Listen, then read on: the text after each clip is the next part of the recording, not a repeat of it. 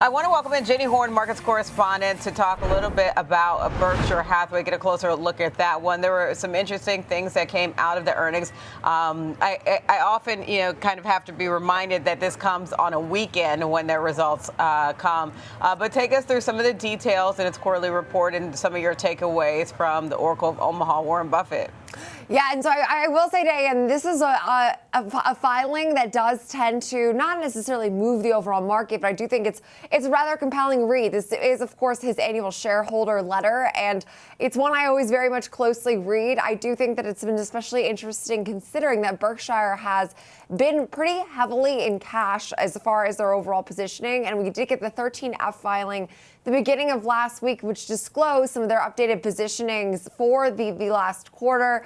Notable ones were the fact that they are trimming Bank of America pretty substantially while also adding to some of their positioning in Domino's Pizza was a notable add, but nonetheless, we're seeing operating earnings surge 71%, again, as right now the cash hoarding balloon continues to really swell to a record $334 billion. So skyrocketing, we're seeing the overall operating profit skyrocketed to $14.52 billion during the first 3 months of 2024. But that was led by that 302% jump in insurance underwriting from the year ago period to around $3.4 billion. So some substantial increases when you look at some of their operating margin as well, profit, as well as the ways in which being in cash has been actually pretty lucrative to Berkshire Hathaway.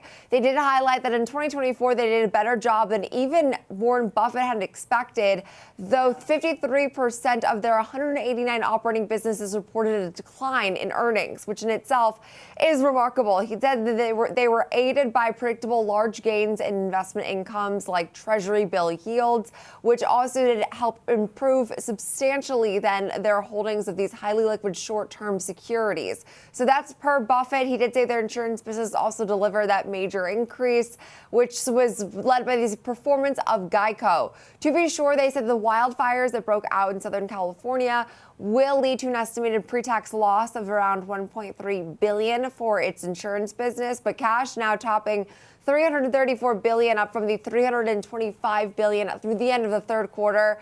So they were heavy in cash before. We are seeing that this is now the fortress that is awaiting apparently the next move, because this is as cash heavy as we've seen this really firm in quite some time, Diane.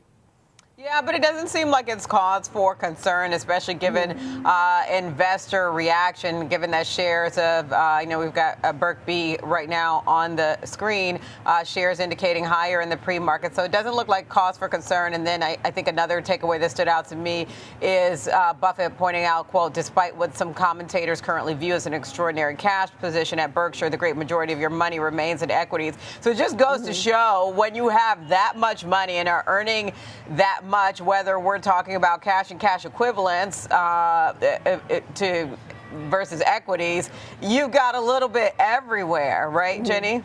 Well, yeah, and that's a great point, because as to your point, it's not a reason for concern. I would say that this is actually, if anything, a proper indication of so many of our investment strategies of trying to remain in cash, trying to diversify. That's exactly what we're seeing still within Berkshire Hathaway. And so, yes, their equity positions are larger, but then so is their cash. It's all proportional. All right. There we go. The latest on Berkshire Hathaway shares up 1% right now in the pre-market. That's Jenny Horne, co-host of Next Gen and markets correspondent.